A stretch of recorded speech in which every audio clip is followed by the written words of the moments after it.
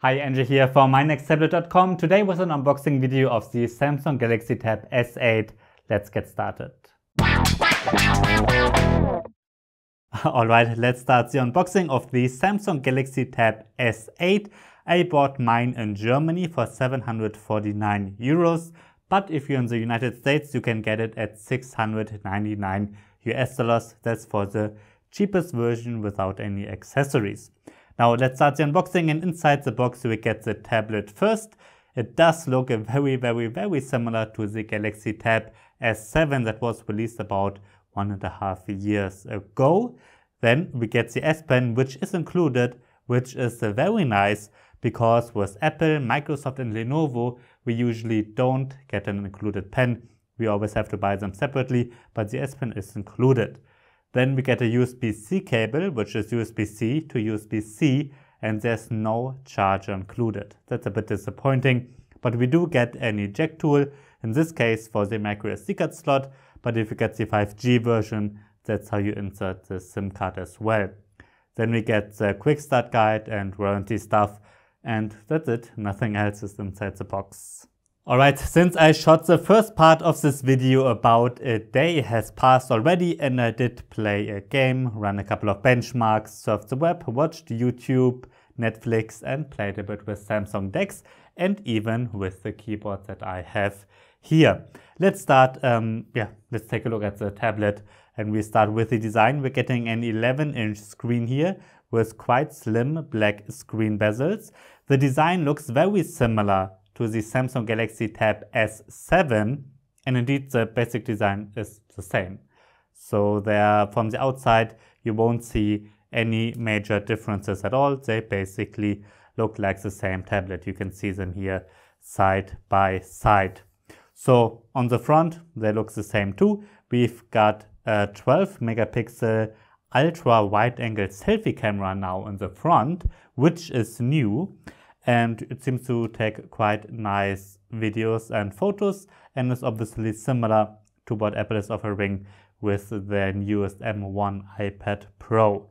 On the back we get an LED flash and two other cameras. One is a 13 megapixel main camera, and then we get a 6 megapixel ultra wide angle camera as well. And then we've got this black thing here, which is a place where you can put the S Pen to charge it, because the S Pen has a battery built in. There's also a magnetic area on the side where you can place the S Pen, but you won't charge it there. It's only charged here on the back. As you can see, we're getting a full metal body, and it is a very premium feeling. It does feel like an expensive tablet, and it is an expensive tablet, so of course, you know, it should feel that way. It's 6.3 millimeters thin and weighs 503 grams. On the sides, we're getting two speakers over here. And then we have two speakers on the other side as well, so 4 speakers in total. And the sound quality is very nice. I watched some Netflix and YouTube already, and the sound is great. Pretty much the same as on the Galaxy Tab S7 as I could hear. And yeah, it's a nice tablet to watch movies with. Then we're getting a USB-C port, and that's USB-C 3.2 Gen 1. Which means you can connect pretty much all USB-C accessories, and that includes complex USB-C hubs and external monitors. So you can connect it to a TV or just to a standard, desktop, like to a standard monitor.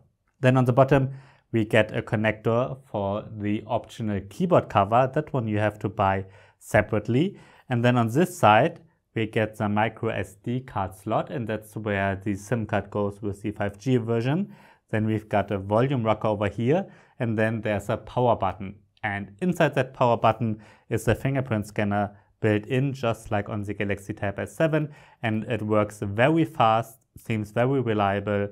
It seems to be the same like on the Galaxy Tab S7, and yeah, it seems to work really well, and it's, a basic fingerprint scanner, so it's always nice to have. Now let's get to the display of the Samsung Galaxy Tab S8. We're getting an 11-inch LCD display here, so it's not AMOLED, unlike the Galaxy Tab S8 Plus and Ultra, and unlike the Galaxy Tab S7 Plus. The standard Galaxy Tab S7 had an LCD as well, And here the standard Galaxy Tab S8 has an LCD too, which by the way is the same as we get with Apple. There the 11-inch iPad Pro has the standard LCD, while the 12.9-inch iPad Pro has the XDR display. So yeah, the 11-inch tablets only get LCD from pretty much all manufacturers. But it's a very nice LCD screen. It's quite bright, colors look great, it's fully laminated, and it does look like a great display. Let me go to the browser here so we see something brighter, because the background here is quite dark.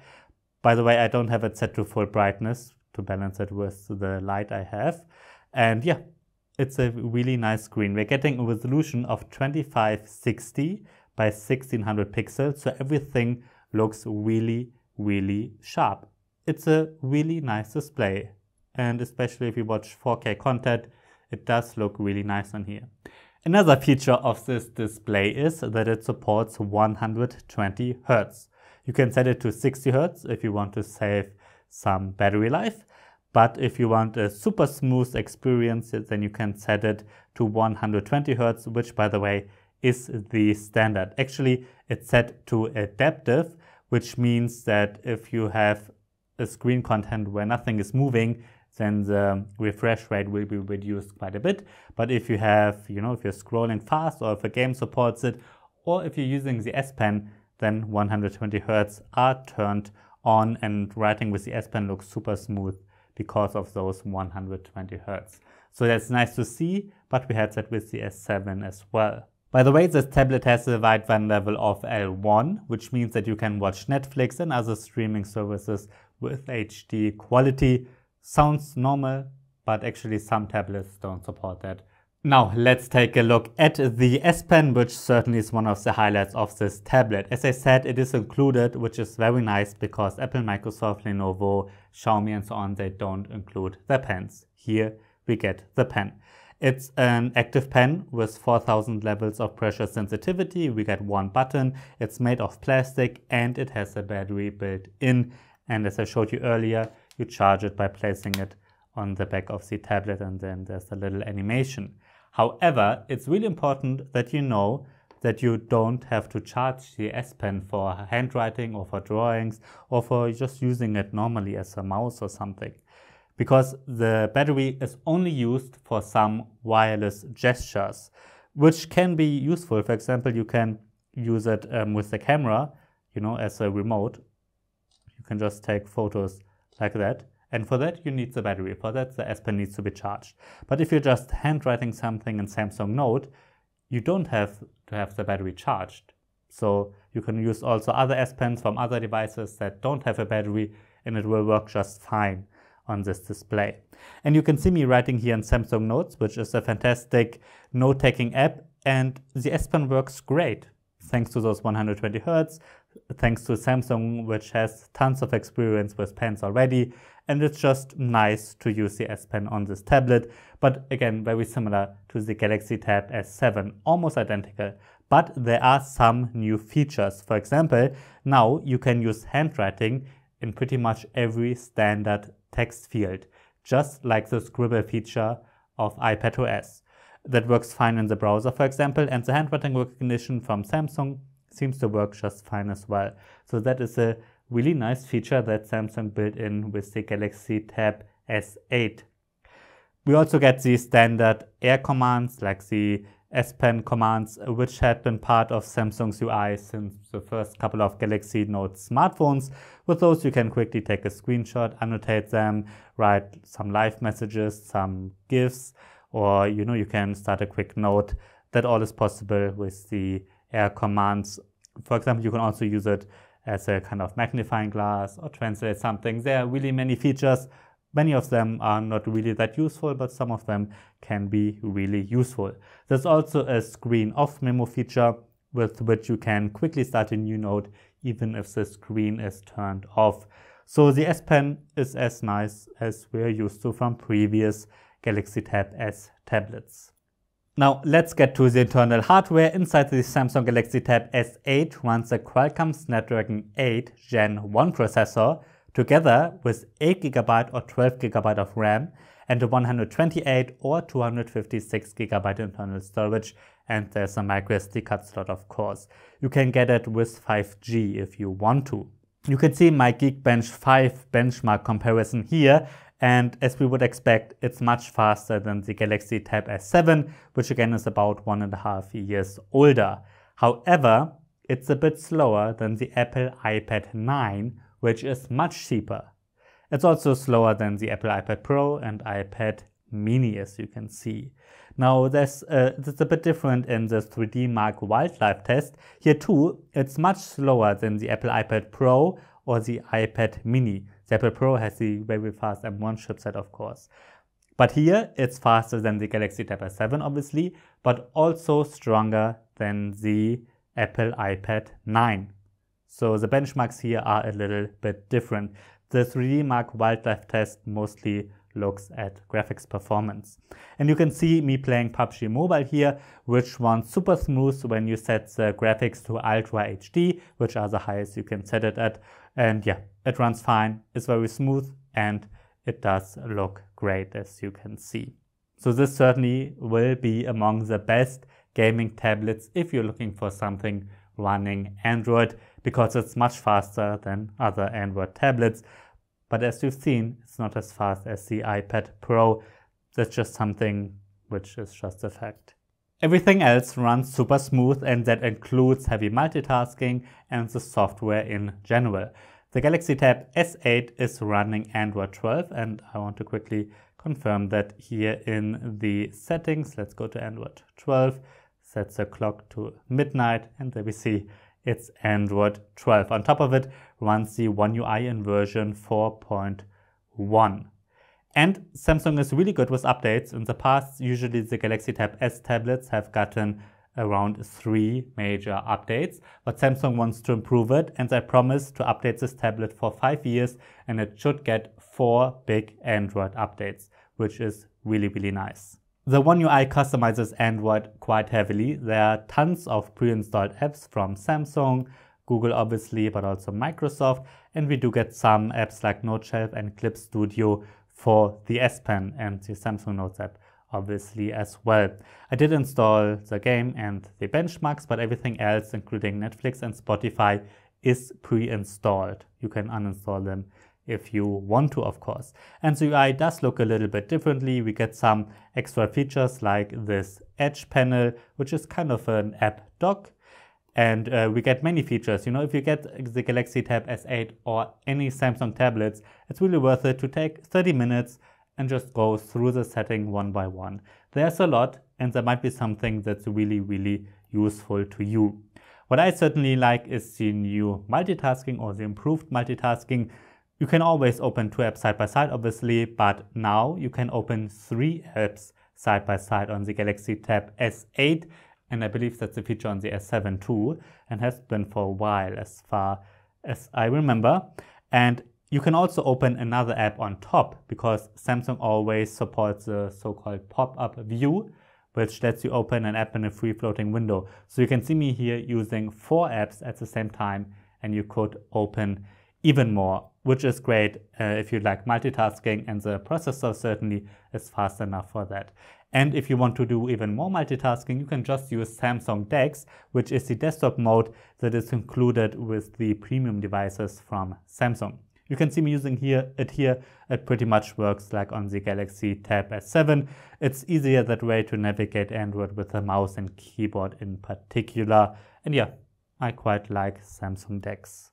Now, let's get to the keyboards. The Galaxy Tab S8 supports exactly the same keyboards as the Galaxy Tab S7 does. So this keyboard I bought together with the Galaxy Tab S7, and I can use it with the Galaxy Tab S8, and you can do the same, obviously.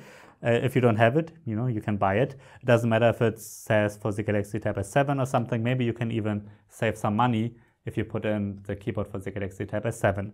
Well, this one, it's connected magnetically. It consists of 2 parts. As you can see, there's a back cover with an integrated kickstand, and you can connect it or attach it like this using, you know, the built-in magnets. It works really well. You can pull out the kickstand, use it for watching movies or something. And by the way, the magnets here are really strong, so you can comfortably you know, I feel very secure taking the tablet by this kickstand here and just, you know, carry it around with me. The magnets are really strong. There's a nice feature here on the back for the S Pen. It's protected that way, so if you put it into your bag, you won't lose the pen, and it's always being charged over there. Then you attach the keyboard using magnets again, like this, and if you fold everything up, the screen is protected, the back is protected, but the sides can get scratches. They are not protected, sadly. The keyboard itself is a really nice one. I obviously can type on it very comfortably already because I did work with the Galaxy Tab S7 for maybe half a year or maybe even a bit longer.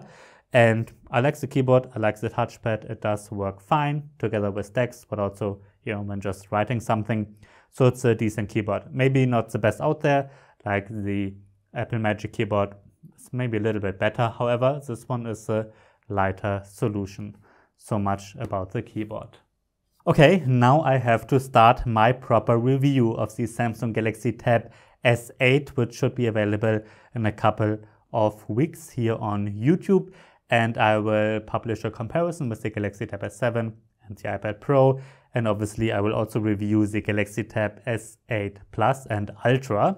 And yeah, the Galaxy Tab S8, as far as I can see, seems to be a very nice tablet. It's basically a Galaxy Tab S7 with newer software and improved internal hardware and, you know, some camera changes. But it seems to be a really nice tablet. And if I don't find anything like super disappointing during my review, it's probably the best 11-inch Android tablet that you can buy from now on. The performance certainly is better than the Galaxy Tab S7, and everything else is mostly the same. So if you're looking for a new high-end 11-inch Android tablet, you know, check out the Galaxy Tab S8. But if you have the S7, there's probably no reason to upgrade unless the S7 is a bit slow for you, but that shouldn't be because that's a quite fast tablet as well. Alright, that's been my unboxing of the Samsung Galaxy Tab S8. If you have any questions, write them down below. I'm NJ from mynexttablet.com. Thanks for watching and see you next time.